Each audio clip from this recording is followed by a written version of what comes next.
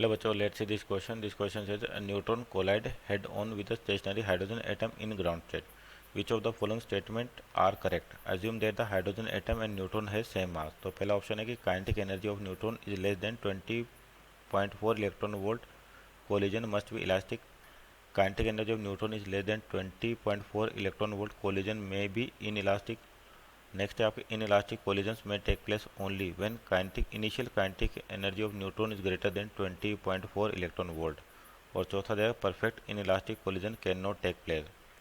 तो यहाँ पर आपका जो बेसिकली एटॉमिक स्ट्रक्चर का पार्ट है आपके पास और की कॉन्सेप्ट लिखे हैं यहाँ पर. तो आपका जो की कॉन्सेप्ट है वो क्या है? Atomic collision. Atomic collision. तो देखिए एटॉमिक कोलिजन को समझे कि आपके पास क्या होती है कि जैसे मान लीजिए ये एनर्जी लेवल्स है आपके पास हाइड्रोजन एटम के लिए different energy levels n equal to 1 2 3 4 इस तरीके से ये होता है n इक्वल टू 1 और इसको कहा जाता है ग्राउंड स्टेट.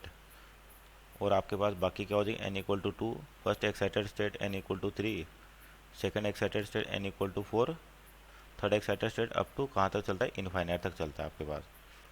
अब यहाँ पर देखिए कोलिजन की बात कर रखी है. जैसे आपके पास हाइड्रोजन एटम ग्राउंड स्टेट पर एक न्यूट्रॉन आया आपके पास और वो आके इससे कोलाइड कर जाता है और न्यूट्रॉन का मास और हाइड्रोजन एटम का मास दोनों क्या कह रखे हैं? सेम कह रखे हैं. तो यहाँ पर देखिए जब कोलिजन होगा तो ये यहाँ से इलेक्ट्रॉन एनर्जी लेगा और अगर इलेक्ट्रॉन की एनर्जी दो एनर्जी लेवल के गैप के बराबर है तो वो वहाँ से क्या हो ट्रांजिट कर देगा यानी कि एक्साइट हो जाएगा यहाँ से यहाँ तक.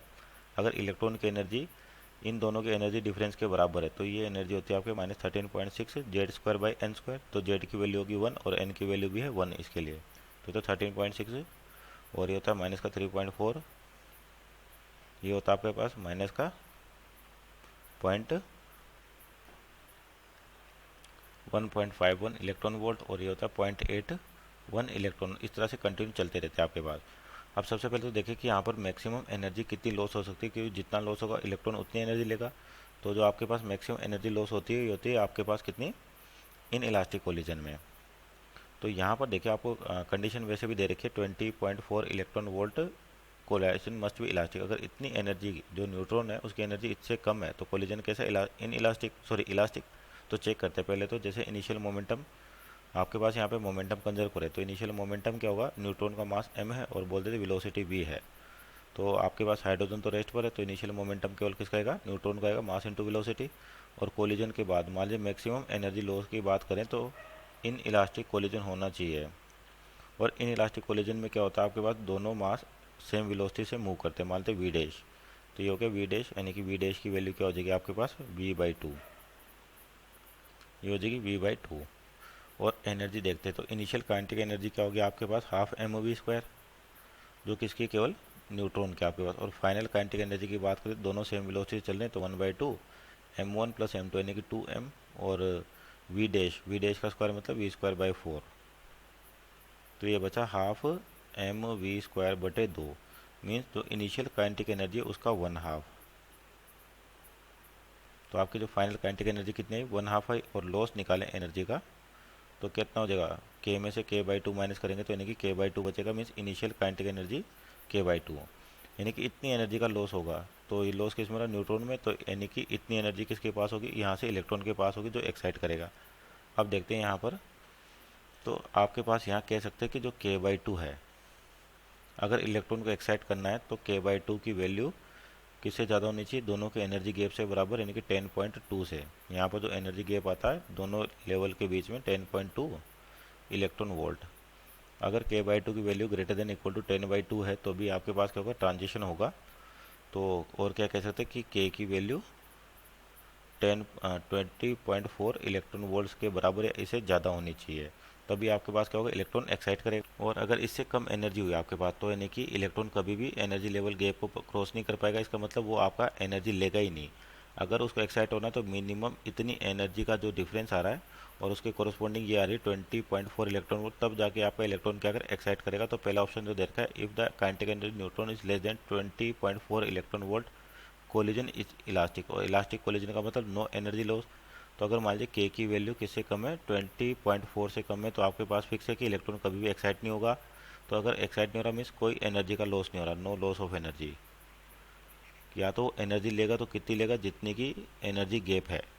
इलेक्ट्रॉन आपका एनर्जी कितनी लेगा, जितनी एनर्जी गैप है। अगर उससे कम मिलेगी तो कभी वो एनर्जी एक्सेप्ट नहीं करेगा, means no loss of energy.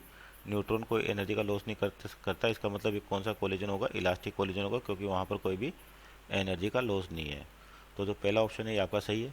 अगर काइनेटिक एनर्जी की वैल्यू इससे कम हुई तो आपका क्या होगा, मस्ट भी। और सही लिखा है मस्ट भी, क्योंकि वो आपका एक्साइट करेगा नहीं, इसका मतलब कोई एनर्जी इलेक्ट्रॉन ले नहीं रहा। अगर नहीं ले रहा इसका मतलब एनर्जी आपके पास क्या है, कॉन्स्टेंट है या कंजर्व है। तो यानी कि no loss of energy means elastic collision. दूसरा, if kinetic energy of neutron is less than 20.4 collision में भी इन इलास्टिक। तो ये भी गलत हो गया। क्यों, क्योंकि अगर ये यहाँ से ऊपर जा ही नहीं रहा तो ये एनर्जी लेगा ही नहीं आपके पास। अगर मान लीजिए इसकी एनर्जी 10.2 यानी कि 20.4 इलेक्ट्रॉन वोल्ट से ज़्यादा होती है, मतलब 30 होती है, 40 होती, तो इलेक्ट्रॉन कुछ एनर्जी तो लेता और एक्साइट कर जाता और बाकी बची इसकी काइनेटिक एनर्जी में कन्वर्ट हो जाती। लेकिन यहाँ पर तो आपके पास एनर्जी कितनी है, 20.4 इलेक्ट्रॉन वोल्ट से कम। इसका मतलब आपका इलेक्ट्रॉन कभी एक्साइट ही नहीं हो रहा है यहाँ से।